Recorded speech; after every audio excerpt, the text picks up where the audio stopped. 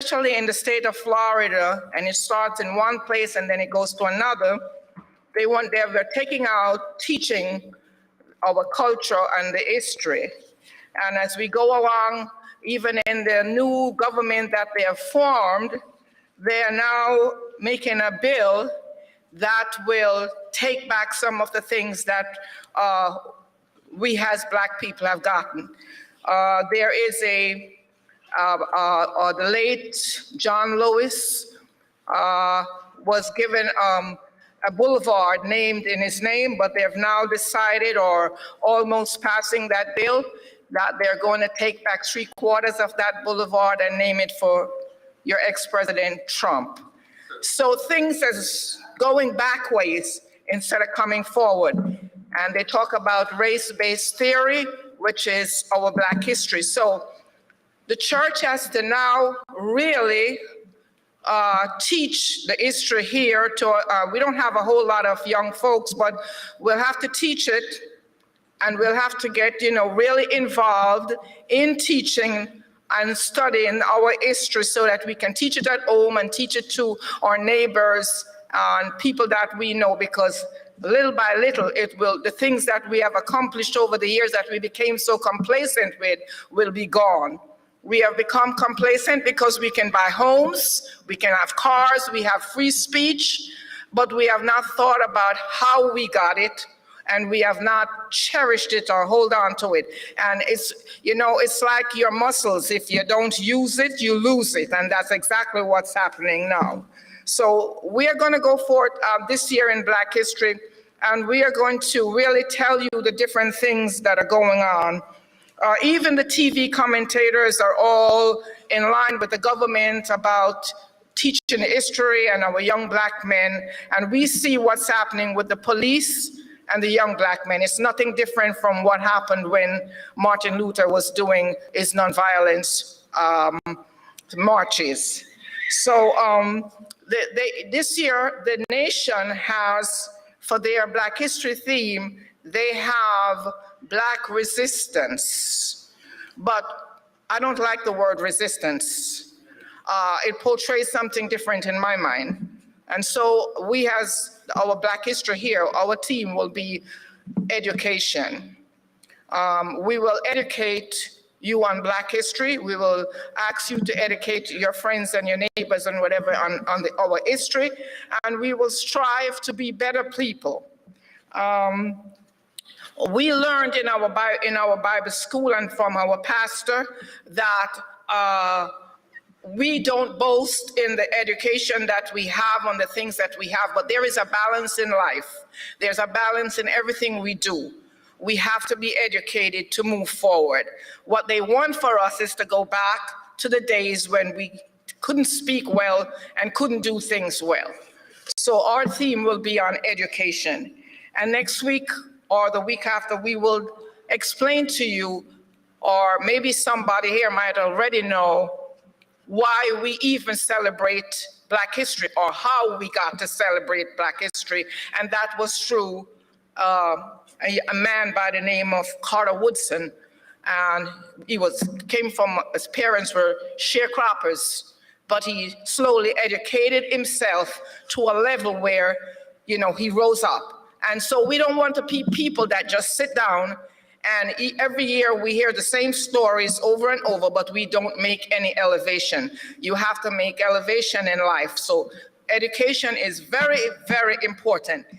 And I say even in the colleges today, you get Pell Grant and you get TAP Grant, but you also used to get another grant that was there for the minority students.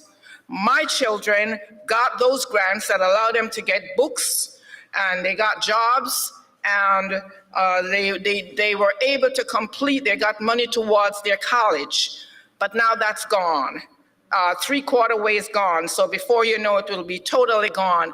And why? Because now they're saying that it's a form of racism because it's only for one class of people.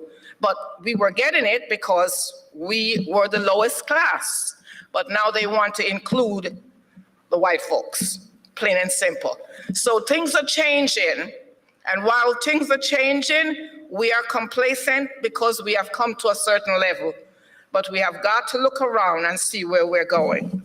I have today one poster of a black, and another thing is we have been only talking about the black men and women of the past, which is the footstool of our culture.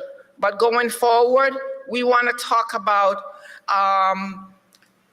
men and women who have lived in the century that we know about, that we can relate to.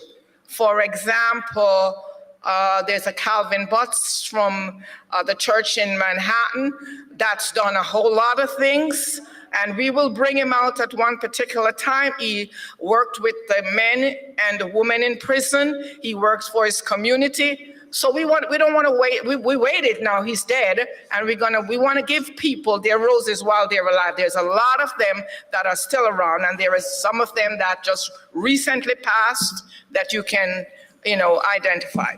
So today we're going to talk about this gentleman who was from 1852 to 1889, and his name is Jan Ernest Matzeliger. And he was an inventor of shoe-lasting machine. He invented the shoe-lasting machine, which revolutionized the shoemaking industry. He was born in Suriname, formerly the Dutch Guyana, the son of a white Dutch father and a native black mother. And when he was 10 years old, he went to work in a government machine works in his homeland. Early on, he went to the sea as a sailor, and when he was 18, he settled in Philadelphia, where he was employed as a cobbler. And about 1877, he moved to Lynn, Massachusetts, and worked in a shoe factory. And by 1883, Matzeliger designed and patented a shoe-lasting machine. This machine arranged the upper letter over the shoe mold, which is called the last, and then nailed the upper letter to the sole of the shoe. And this process was formerly done by hand and took 3 to 4 times as much time. Not having the financial resources to manufacture and market the shoemaking machine, he sold the patent to Sidney W. Winslow, who later founded the United Shoe Machine Company. Matzeliger died of tuberculosis in 1889 and never benefited from the great profits from this revolutionizing shoe industry invention. Posthumously, he was awarded a gold medal at the 1901 Pan American Exposition. And this happens all the time. A lot of stuff that we have, a lot of stuff that we are using right now started with black men or black women, but they never talk about it. All the credit go to the white people. Amen.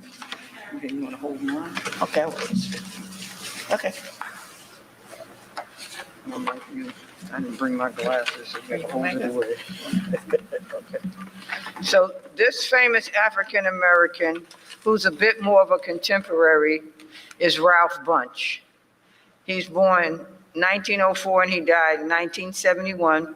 He was a diplomat and a Nobel Prize winner. Ralph Bunche served in the U.S. War Department, the Office of Strategic Services in World War II, and in 1944 entered the U.S. State Department. Later, he headed a department, the first black man ever to do so. In 1946, Bunche joined the United Nations. He was appointed to the UN Palestine Commission, and in 1948 became chief negotiator of the Israeli-Palestine conflict. He succeeded in arranging an armistice and was awarded the Nobel Peace Prize. An able peace mediator, in 1956, he was civilian supervisor in the Suez area following a joint attack on Egypt by the French, British, and Israelis. In 1960, he was sent to the Congo in Africa to interpret UN directives for UN commanders, and in 1964, went to Cyprus to mediate differences between the Greek and Turkish Cypriots. Earlier, he graduated from UCLA with the highest honors. In 1928, he had earned his PhD from Harvard University and went to Howard University, where he established the Department of Political Science. Bunch received many honors, including the Spring-Yon Medal and our civilian award, the Medal of Honor. Okay, thank you.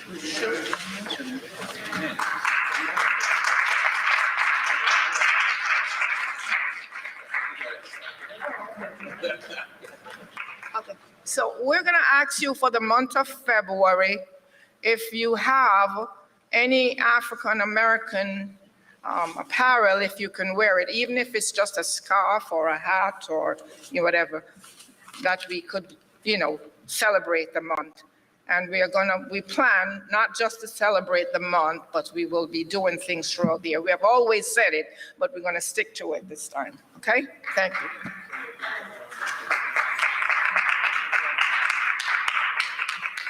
All right, last thing, offering. Don't go to sleep on me. I have to make them come sing again. Amen.